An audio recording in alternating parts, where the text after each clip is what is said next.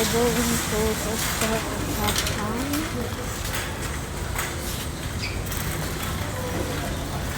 Some supplies.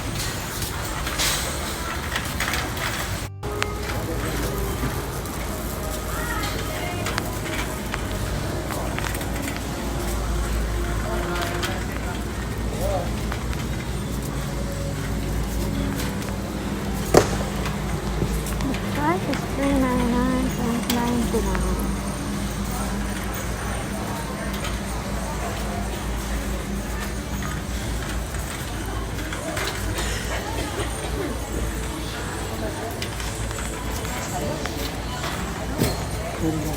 I will go to restroom.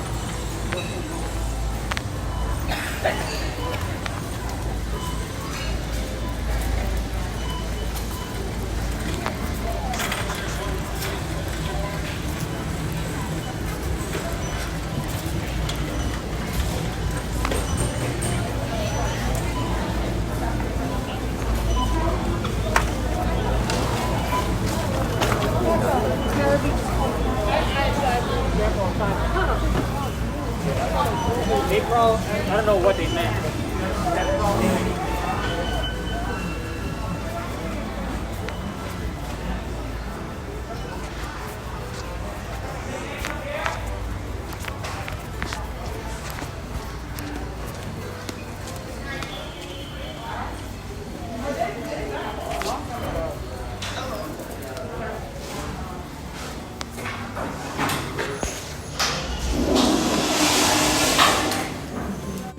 Andito ako sa restaurant ng Costco.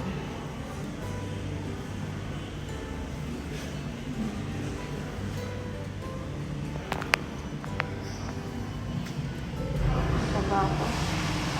Taba.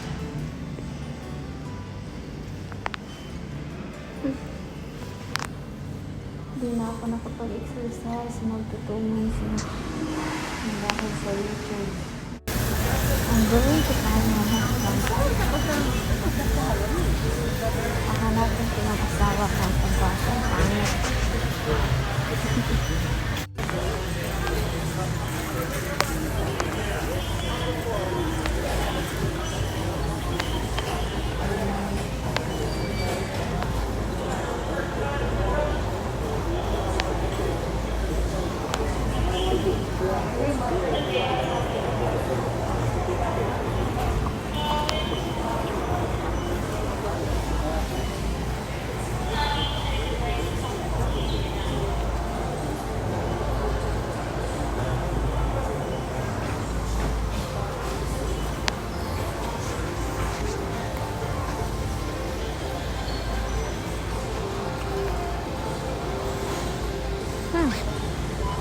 MacBook Pro.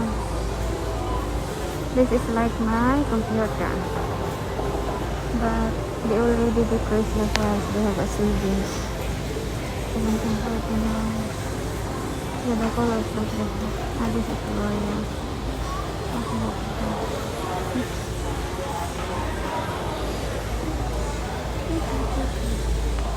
I will find my husband.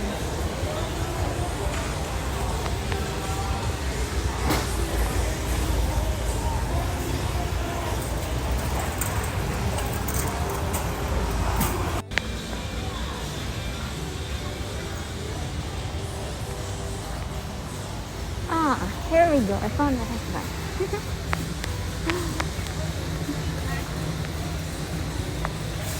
I found him. Where is my Gatorade? Huh? Where is my Gatorade? I'm looking for it. So here's the honey. You got $7.99 for that. And you got this stuff over here, whatever you want. Did you get my coffee? I didn't get no coffee. This is my favorite hand. The price is $9.89. 5 pounds. This is the honey that I like. So this is 3 pounds.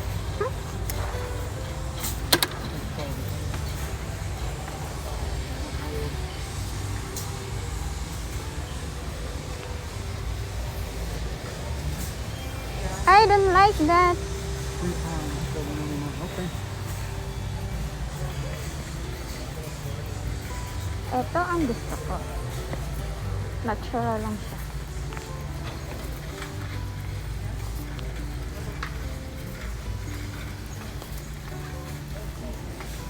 My handsome husband. Crazy. You're not.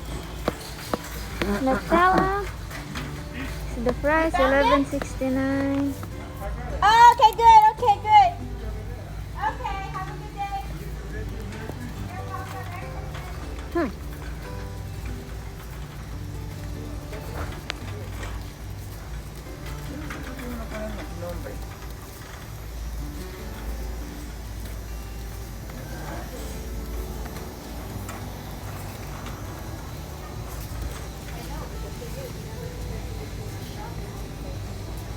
I've been missing it.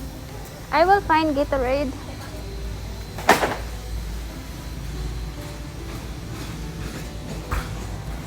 Ah, the Gatorade is here. You will not buy? No? I'm the only one who drinks the coconut milk.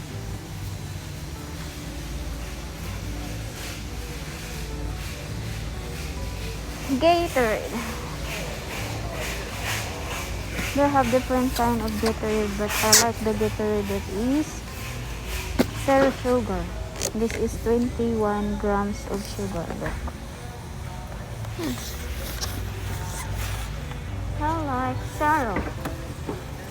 This one is 21 grams of sugar. I will find zero. Yeah, this one is zero. I will buy this one. This one. Keep one? Yeah. Can I get two? Can you get two? Yeah. Just get one. The price is $14.49.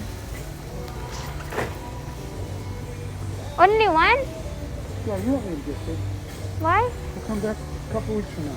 Okay. I'd like to see some money in my account, you know? Okay.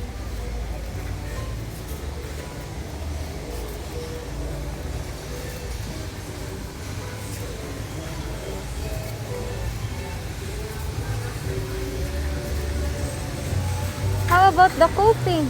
Here's the coffee. What coffee that I like? I think that is, what do you call this one? What that coffee that I bought before? I don't know.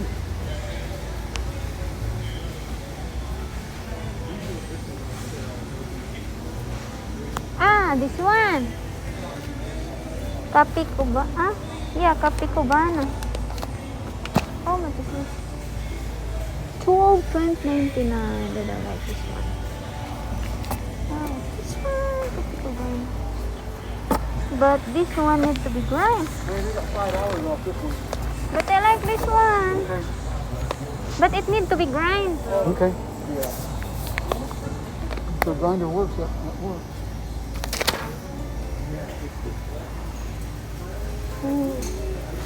Mayorga, Kapi Cubano. Then, what do you call? I need to buy the cream because it's half.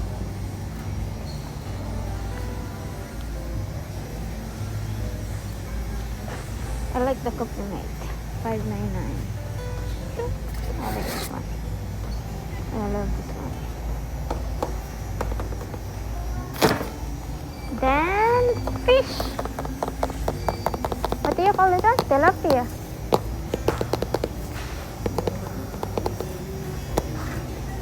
We will not buy water. We don't have water. We'll buy water.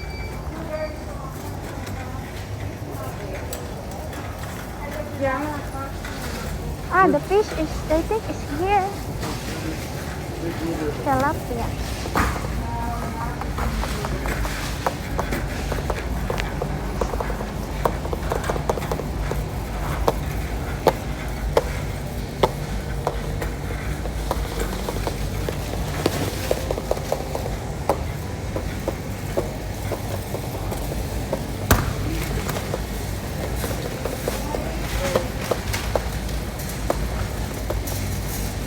Where is the tilapia.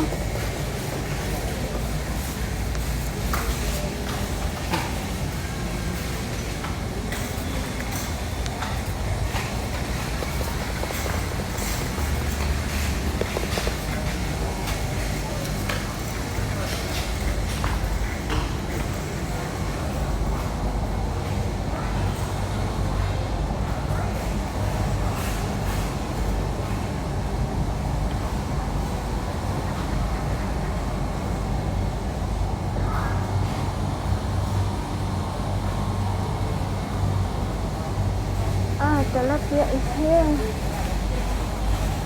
No, it's not. Saan na ba yung tilapia?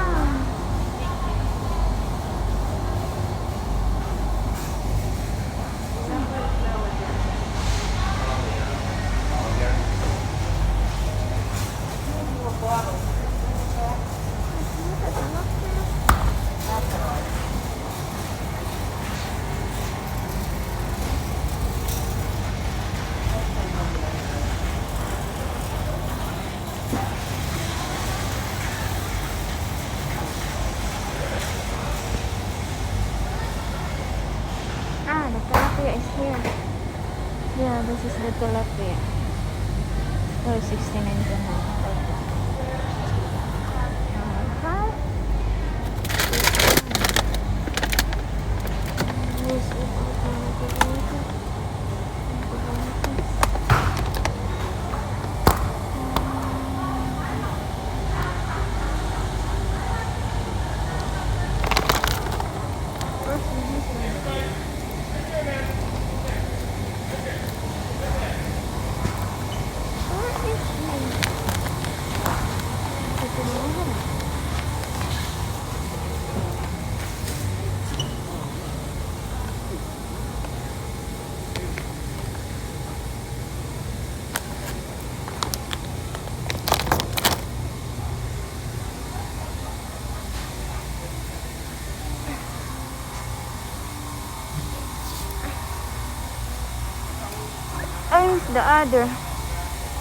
The other like this one, sparkling water.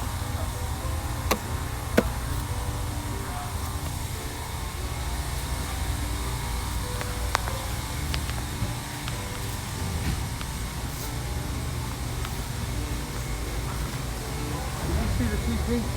Toilet paper. Ah, we need a tissue. Oh, toilet paper.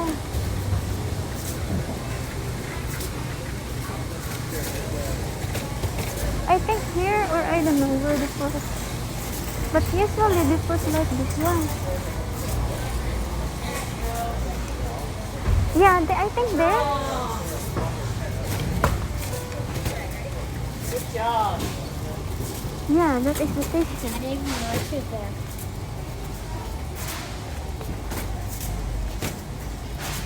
But that is a different. Yeah, I don't really like that one. That's expensive. That's a lot. 22.99. It's look like that's the only tissue available. 22.99. Wow. No, that's the price. That's a lot. I don't have choice.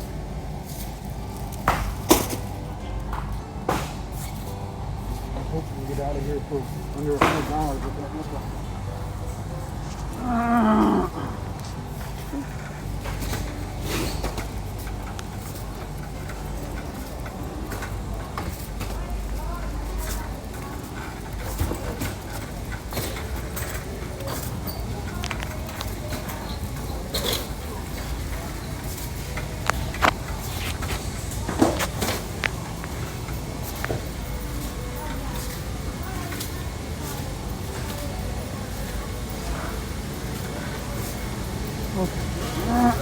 I think that's all that we need. We don't need, what do you call that one? Napkin? Only tissue? We have plenty of napkins. Okay. Did you buy a salt? Did I buy what? Salt? Salt? Yeah. The what do you call that one? The pink salt? I bought pink salt and I bought pepper grinded. Okay.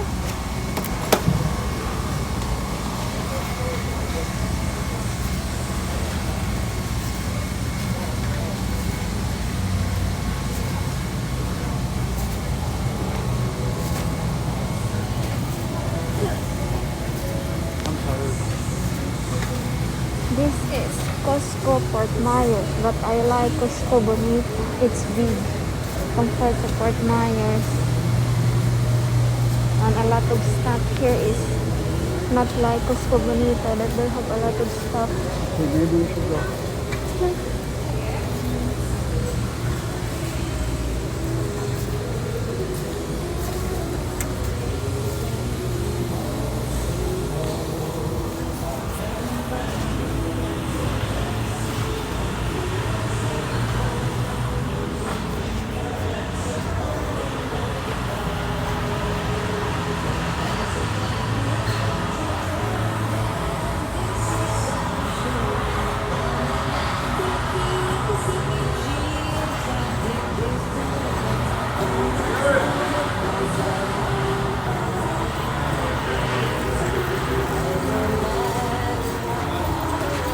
Garrett.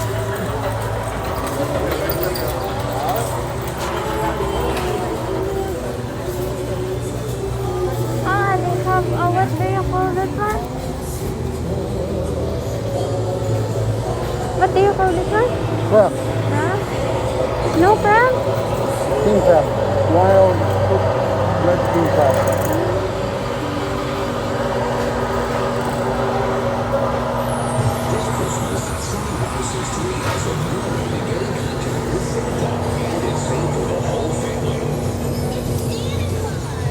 Santa from the comfort of your home and get photos and a video with Santa to share with your friends and family. Your visit is completely personalized for your family, super affordable, and lets you celebrate the season in an extra special way.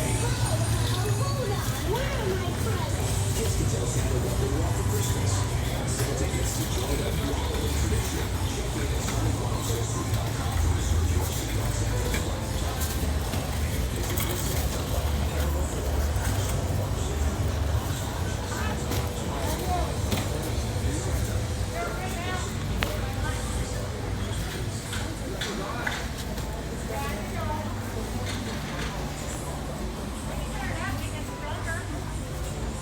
They ain't got them now.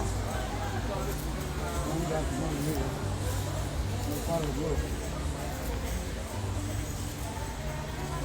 They have a seat, but I think that is a different. This one. This only one that they have a seat. 119. Especially not today.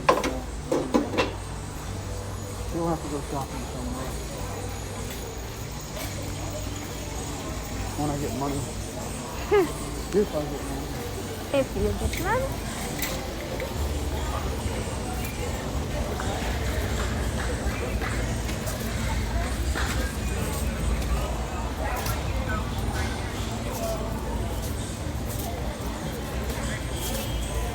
This is a fake one.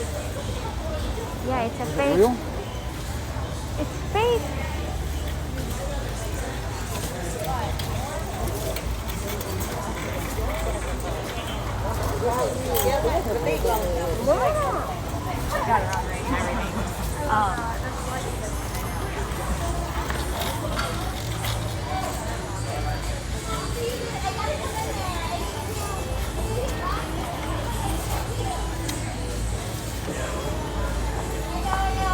They have a seat there. They have a sale $100.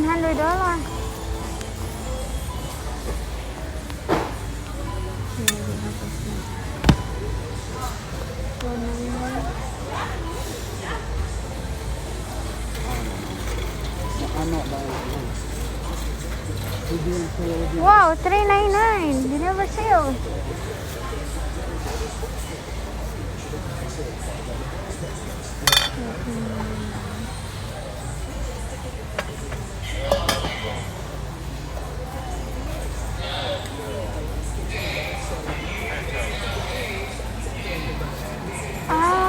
cast iron. Why it's heavy? It's cast iron.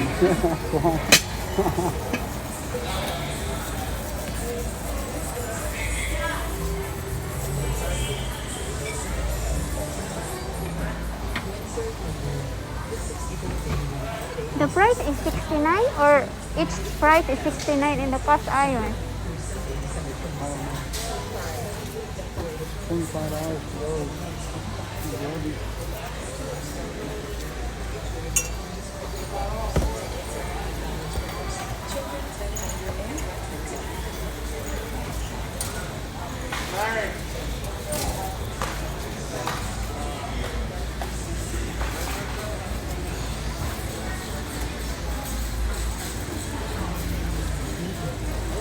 That cast iron is heavy.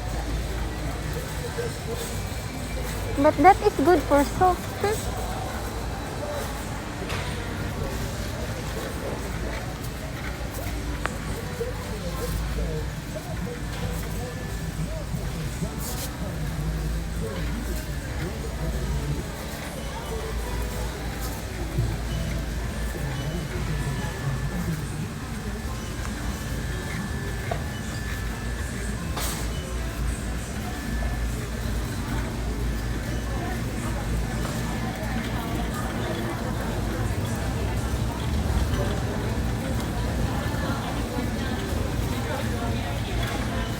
Yeah, let's see if we can get out of here. Self checkout. There.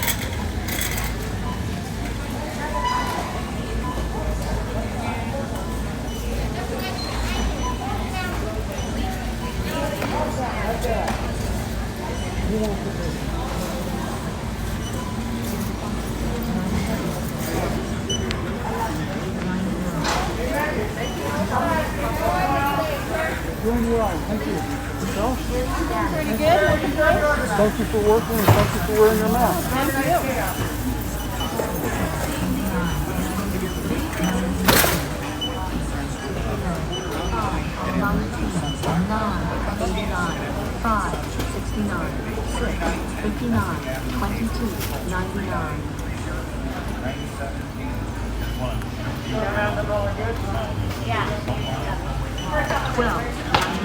What are we buying here?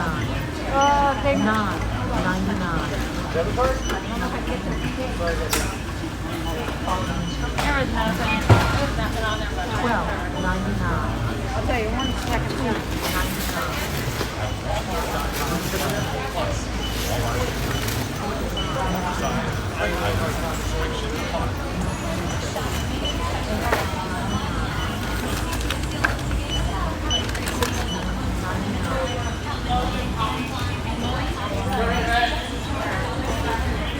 $15, and then the order down there. That's the grinder. 70% off warm throws and flannel bedding from Martha Stewart Collection. Now through Thursday at Macy's. Plus, get $10 in Macy's money for every $50.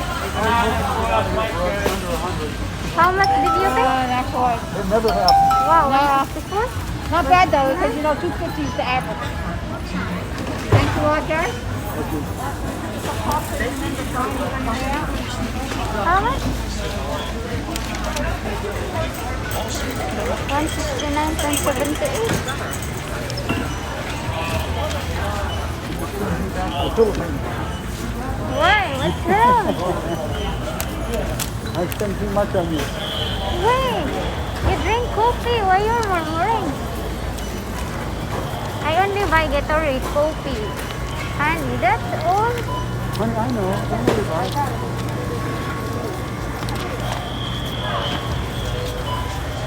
Where's the coffee grinder?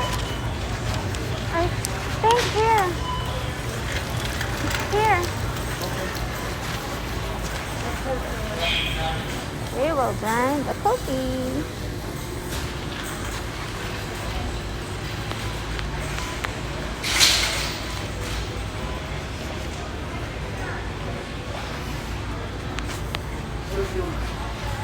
Honey, we grinding the coffee. What are we doing? You will put the coffee here.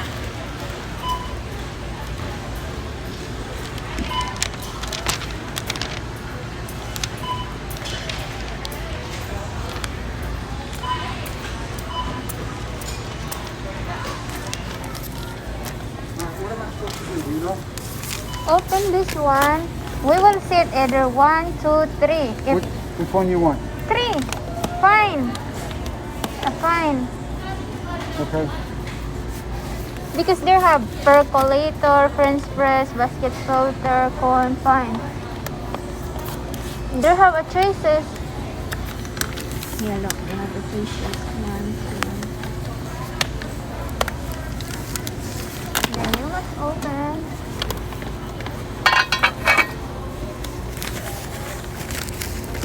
They have a season.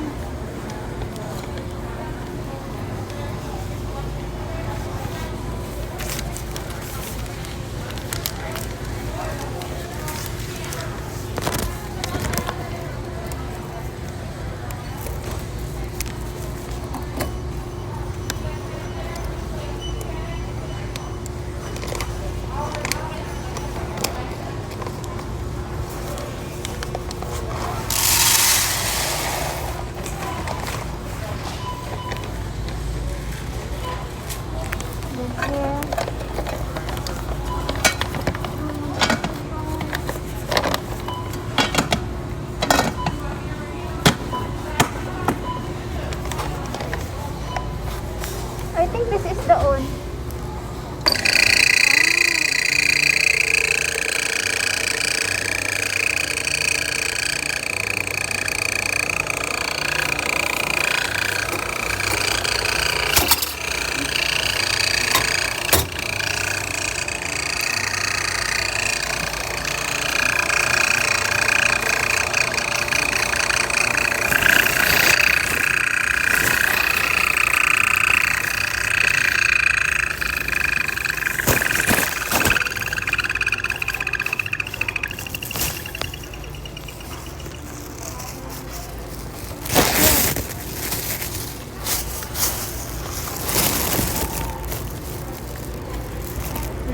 Bounce.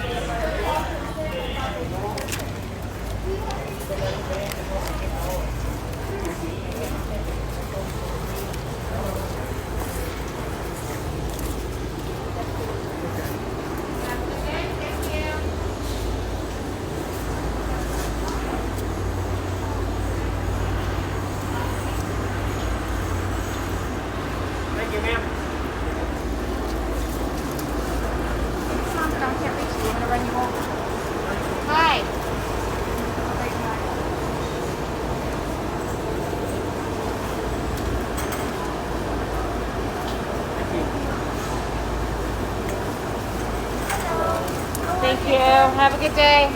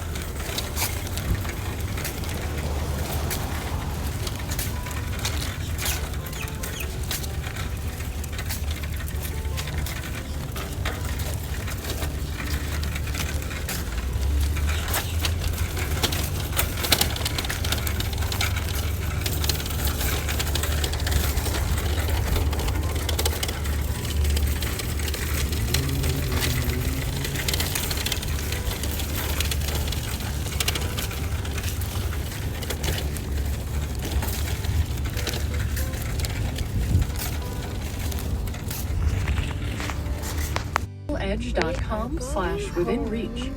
Merrill Lynch, Pierce, Fenner, and You know, Smith it appears as Incorporated, if registered almost broker-dealer. everybody is wearing a mask. And from Procter & Gamble, maker of Metamucil fiber gummies, made with a blend of prebiotic And that's plant-based good. fibers that provide 5 grams of fiber in each serving. Designed to be taken every day. More at metamucil.com. From NPR News, this is All Things Considered. I'm Elsa Chang in Los Angeles. And I'm Mary Louise Kelly in Washington. Many Americans with disabilities do not trust doctors. There is a long history of the medical system thinking disabled lives have less value. So when the coronavirus pandemic began, many people with disabilities worried if there were shortages of hospital beds or drugs or equipment like ventilators, maybe doctors would deny life-saving treatment to the elderly and people with disabilities.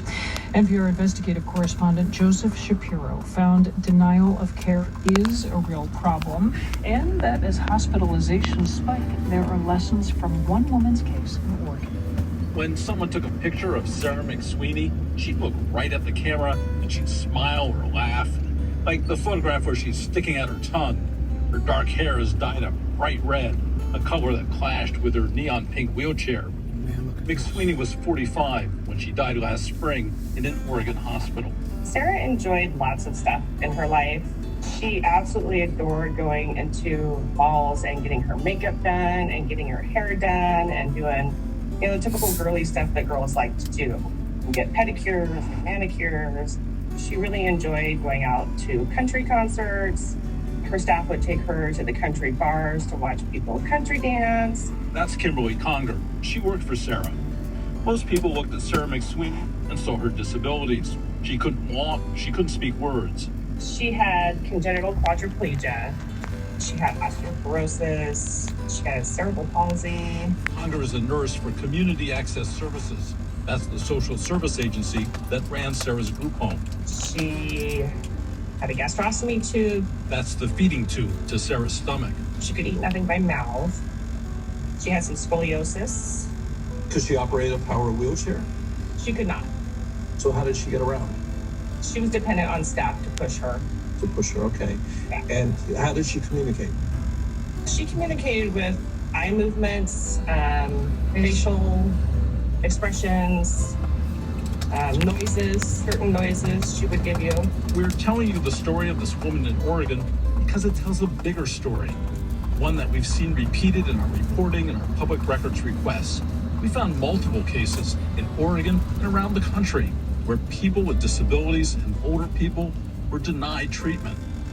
NPR reviewed hospital medical records that raised questions about the care Sarah McSweeney got and didn't get. I got a phone call on the 21st, the morning of the 21st, that Sarah had woke up with a fever of 103. That's Conger, the nurse. She says staff at the group home in Oregon City, Oregon, worried that McSweeney's fever was a symptom of COVID-19. And they gave her some Tylenol to bring it down, and it continued to climb. So we took her over to the emergency room. In the ER, the doctor diagnosed a urinary tract infection. X-rays would show some fluid in her lungs, a small pneumonia. To be careful, McSweeney was moved to the ICU. Later tests would show no COVID. The ER doctor taught Heidi Barnett, who helped McSweeney make decisions about things like medical care. Hello, this is Dan. Barnett says the doctor didn't like a decision that the disabled woman made about the medical care she wanted. We had her at full code, so all treatment, because she was young and vibrant and had a great life. Those wishes had been written up in a legal document that went with Sarah to the hospital. And that was her wishes. That's what we gathered from her, is that she wanted to be alive. The doctor wanted to change the order. They wanted it to be a DNR. A DNR, a do not resuscitate order. That's a medical order to doctors to not treat a patient, like Sarah, if she stops breathing or her heart stops. Later, there'd be testimony before the state legislature about how the hospital pushed for a DNR for McSweeney. Barnett had said, no, that's not what Sarah wants. She figured that was the end of it, but it wasn't. A few days later, another doctor called. He said it was urgent. Kimberly Conger, the group home nurse, hurried to the hospital. He showed her the x-ray of Sarah's lung. The doctor said it was blocked with fluid and that Sarah needed to be on a ventilator. Conger agreed because That's standard treatment, what a hospital would do for anyone. And we discussed the possibility of her being intubated and letting that lung rest and, giving her time to heal, let the antibiotics do their magic. But then the doctor pushed to limit care for Sarah. And he said intubating her was a matter of risk versus quality of life. And I kind of looked at him and I was like, but she has quality of life. And he looked at me and goes, oh, she can walk and talk? And yeah, he did this. You just lifted your fingers up and did the little yellow pages and walking thing. The old Yellow Pages TV ad with fingers in a walking motion. That's exactly what he did to me. And I said, well, no, but there's lots of people who don't walk who have full quality of life. And he just got kind of irritated with me and left the room at that point. Conger called her bosses, the women who were in charge of Sarah's care. One of them later testified before the state legislature about this incident. McSweeney's caregivers decided to file a formal complaint with the hospital. Sarah, it said, wasn't being seen as a whole person. That's the way Conger put it. We made multiple requests to speak to officials at the hospital, but they declined. Doctors save lives, they cure people, they help them get better. Doctors sometimes see a person like Sarah McSweeney with multiple lifelong disabilities as someone with a lesser quality of life. That's not how her advocates saw her. When McSweeney said she wanted to work, maybe as a greeter in one of those stores in the mall she loved, Susan Gustafson, a veteran at Community Access Services, said, okay, let's figure it out. She used a voice output device called a Dynabox. Sarah got trained on how to use a voice machine that would speak for her. Gustafson told the medical staff at the hospital about it. And when they asked, why does this disabled woman have medical orders for a full code? She explained something else. McSweeney wasn't afraid of being on a ventilator. And I did say that Sarah has friends who are vent dependent 24 hours a day. They went with her to the mall, to the movies. That is a norm for Sarah. That is not extraordinary. It was definitely received as extraordinary from the hospital staff. They were blown away. After Sarah's agency filed the complaint with the hospital, one thing changed. Staff at the hospital started calling with regular updates. Emily Brayman runs the guardianship program for the Arc of Oregon. That's the agency that had long been Sarah's guardian. We were getting notified that it sounded like she was getting better, that things weren't that bad, that she was pretty status quo. Brayman thought McSweeney was about to come home. And then all of a sudden we got a call that it's dire straits. Dire straits, because Sarah McSweeney's lungs were failing. Sarah's staff says they were not told about repeated instances of aspiration pneumonia, where the nutrition through her feeding tube had backed up into her lungs. She's been in the hospital almost 3 weeks. On Saturday, May 9th, Barnett, the staffer who helped with Sarah's medical decisions, and Conger, the group home nurse, got called to the hospital. We're standing there in the room waiting for the doctor to be paged and to come into the room. The case manager came up and she really didn't even say hi. She just said, so I'm under the impression that Sarah was going to go for employment and she used to go get her hair done. I said, yeah, she loved to go get her hair done and she just finished Discovery or employment. Discovery was the program that was helping McSweeney figure out a way to use that voice computer and find a job. And she looked at me and she pointed to Sarah and she was like, her. She used to get her hair done and she was going to be employed. And I was like, yes. I mean, it was gross. Yeah, and then she said, well, what kind of employment do you think she could do? Said this in front of Sarah. In front of Sarah. Yeah. Did Sarah hear that? She heard all that and she understood it. Heidi Barnett could see that Sarah, in her hospital bed, was listening. Sarah used her eyes to communicate. Now, her eyes followed the case manager and her friends when each spoke. She had a very worried look on her face, and it just broke my heart. Doctors and hospital social workers had questioned why this disabled woman should be given full care. Her advocates had pushed back. Now Conger could see the treatment in the hospital was not working. Sarah was desperately trying to communicate something. There was no smiles. It was mouth wide open, arms clenched up, tears running down her eyes. And she was in distress. She was struggling to get air, and you could just see the panic and fear in her eyes. She would rest for a few minutes, take a nice calm breath for a minute, close her eyes, and then just wake up in absolute fear. She could not take a breath. Now, Conger and Barnett agreed with the hospital team. It was time to start end-of-life comfort care for Sarah. Hours later on Sunday morning, a phone call woke up Barnett at her home. The charge nurse just called me at about 3:30 in the morning and said, "I'm sorry to inform you that Sarah passed away." Sarah McSweeney did die of COVID-19. She was tested twice and the results were negative. She died of aspiration pneumonia. That's a serious medical condition, but usually it's treatable. The doctor had told Kimberly Conger that Sarah needed to go back to the ICU. It didn't happen. That she needed to be put on a ventilator, but then she wasn't. The issue wasn't a shortage of... We are going to buy a olive, my husband's favorite place.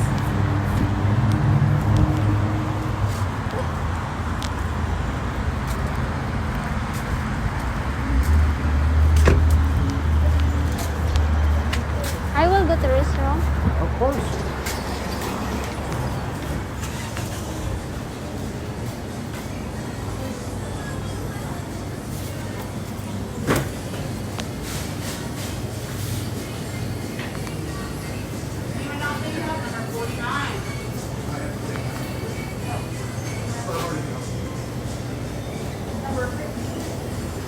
That's not a blue one.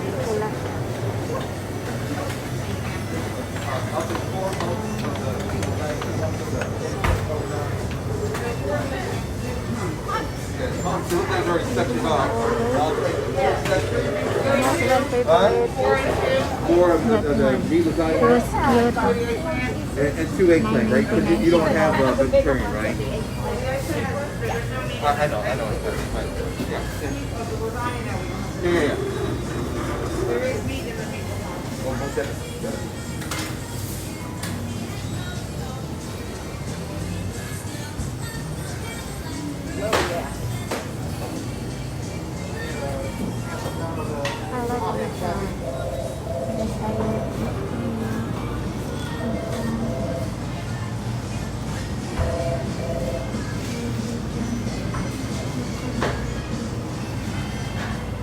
I didn't hear it, but I see it. Where? Those are okay. Yeah, those are okay. Where's the number? You like lamb? Yeah, we do. The number is there.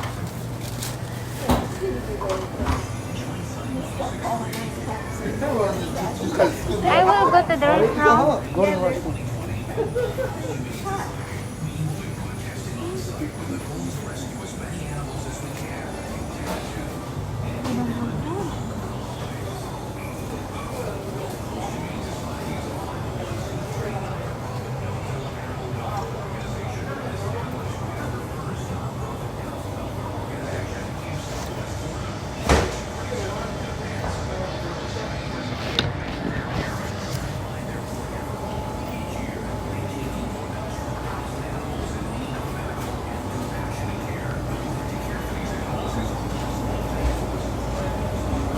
This one is dynamo. Flat pellet and soup. This is a lot. The price is $19. I will go to the restaurant.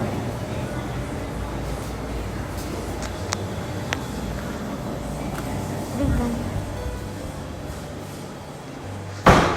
That's the restaurant. I'm fat. Look at me. It's dark here. I will find my husband.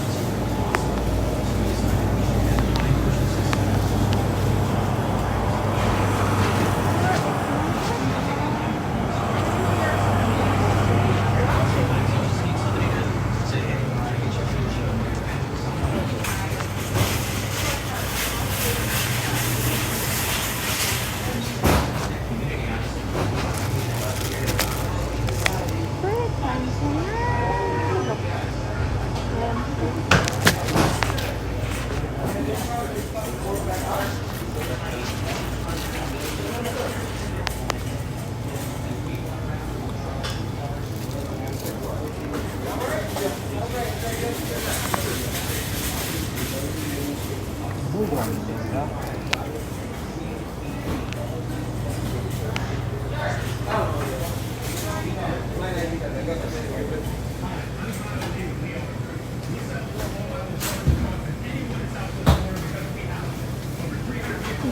light is blurred. Look like that.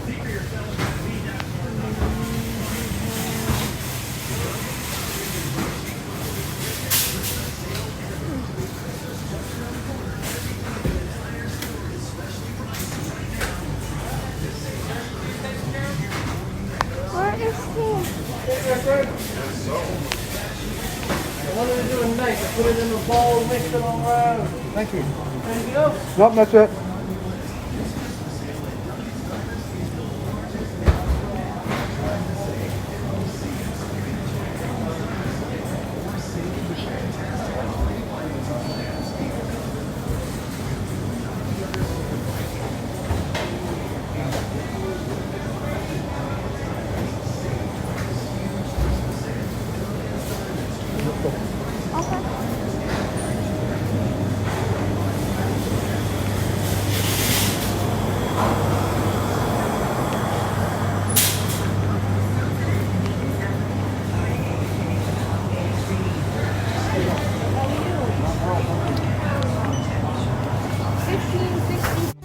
Short, balding, unassuming man. Why do you think he was such a compelling character? So many of us are drawn to him. We are done. Well, I think he was a sort of gentle, decent father he never knew himself. He was based on a man called John Bingham, who was an intelligence officer who looked exactly like that. And I think that character works because he's lit with love from within by the writer. He makes us love George Smiley. That's a rare gift. And Smiley is one of those characters I think who will live on for decades, actually, in the public imagination. I noticed that among those paying tribute today to LeCarry is the current chief of MI6, Richard Moore, who tweeted that LeCarry is a giant of literature and added condolences from all of us at the River House. The River House being a reference to MI6 headquarters on the banks of the River Thames. Do we know how LeCarry is viewed by current British spies? Do they read? There were some that thought he'd left and blabbed out a lot of secrets. Latterly, though, he did used to go to MI6 and talk to the young officers there.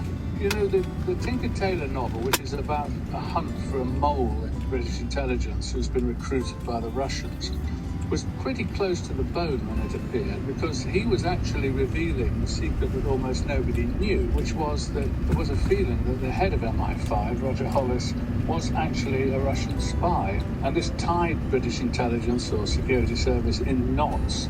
He likely fictionalized that. That, I think, did cause a bit of trouble.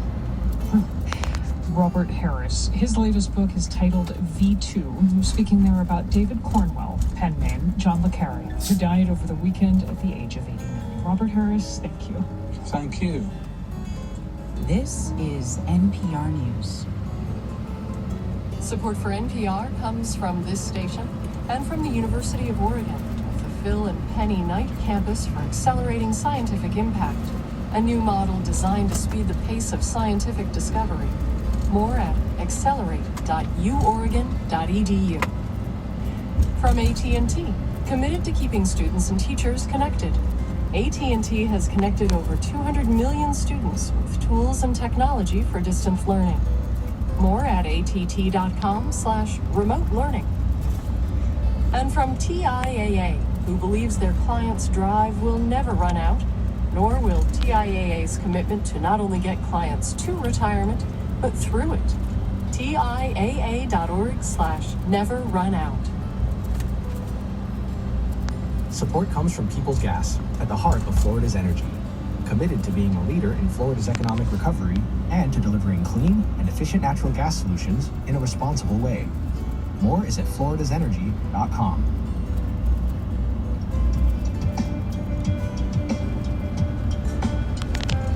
This is WGCU-FM, Fort Myers 90.1, WMKO Marco Island 91.7 FM. Good afternoon, I'm Carrie Barber.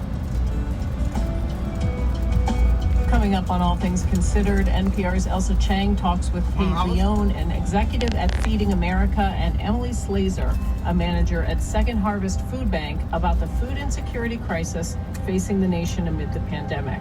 More on that's coming up in about 20 minutes.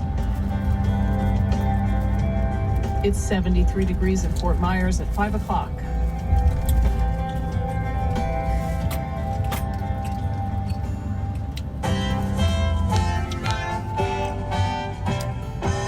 Members of the Electoral College meet in every state today to cast presidential ballots. There is little doubt about who will be declared the winner.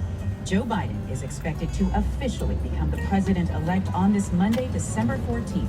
This is All Things Considered. I'm Elsa Chang. And I'm Mary Louise Kelly. This hour, what are the consequences when we can't gather in person to grieve for those we've lost? It will take time, and there will be ripple effects for years after this as we grapple with the full scope of this loss. Also, as the pandemic worsens in some parts of the country, many people are visiting food banks for the first time in their lives. We're seeing clients who are sleeping in their cars, arriving on site at 2, 3 in the morning, sometimes even the night before. And we look at how the rollout of the coronavirus vaccine is going so far in the U.S. Now the news. Live from NPR News, I'm Jack Spear. More than 300,000 people in the United States have now died from COVID-19. That's according to Johns Hopkins University. It is a death toll not seen in any other country. Will Stone. Reaching 300,000 deaths is the latest sign of a generational tragedy that has claimed the lives of people in every part of the U.S. More than 2,300 Americans are dying each day on average from COVID. Dr. Craig Spencer of Columbia University says in recent weeks, COVID has emerged as the leading cause of death.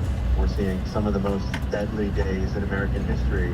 At what point do we wake up and say this can't be normalized? Even with the vaccine, modelers at the University of Washington project another 100,000 people will die by late January.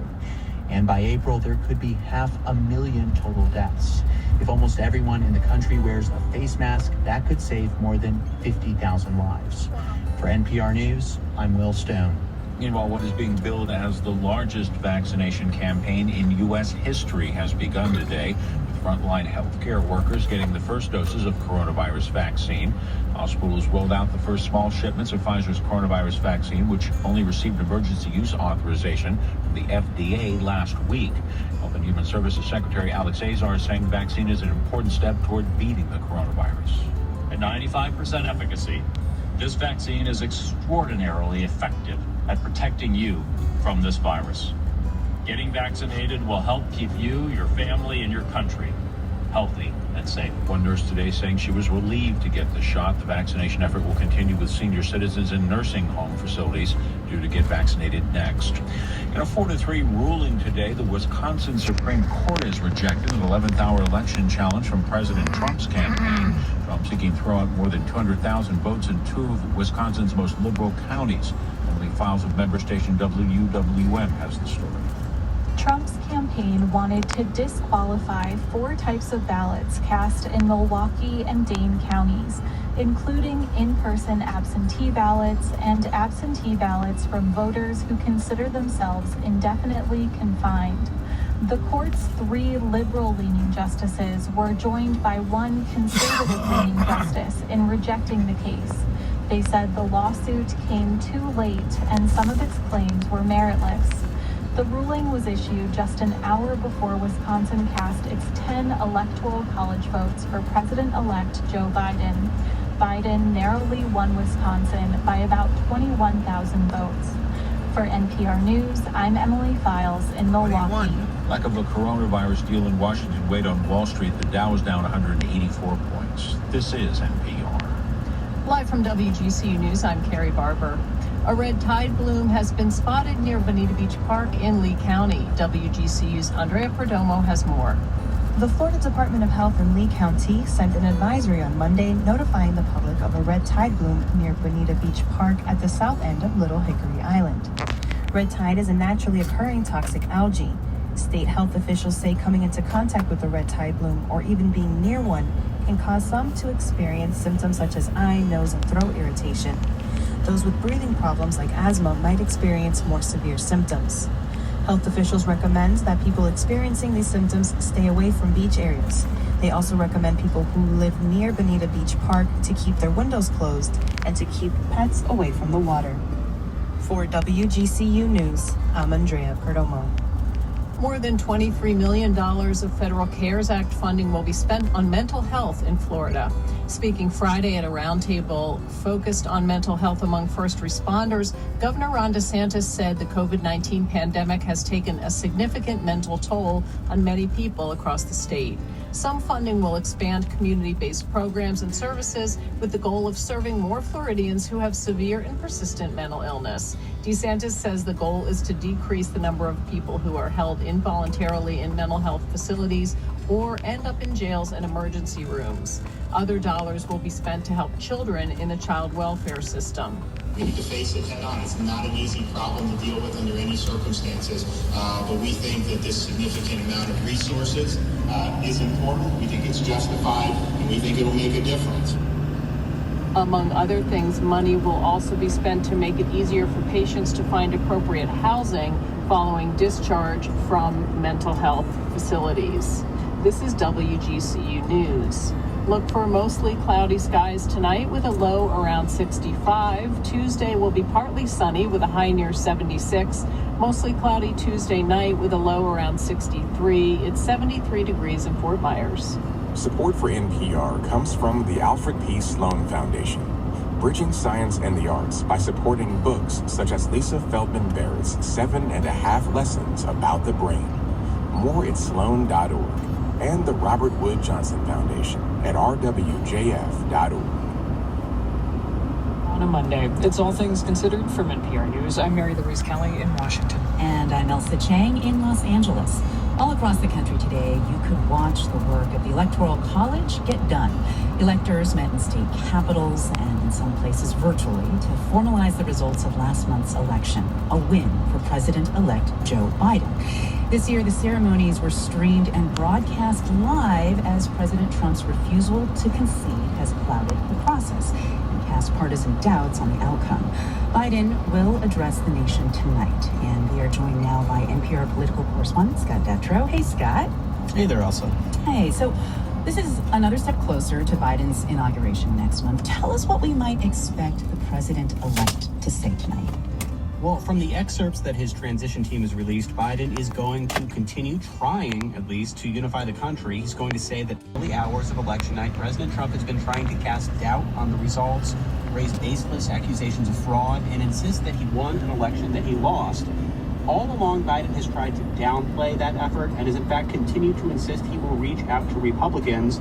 But as we've been talking about for weeks now, polls have shown a lot of Republican voters have followed Trump's lead, that they do not think Biden was legitimately elected. And that is despite the fact that state help minimize campaign interruptions during your favorite shows. So think about the next time you see the WGCU logo in your mailbox and get excited because you've got mail.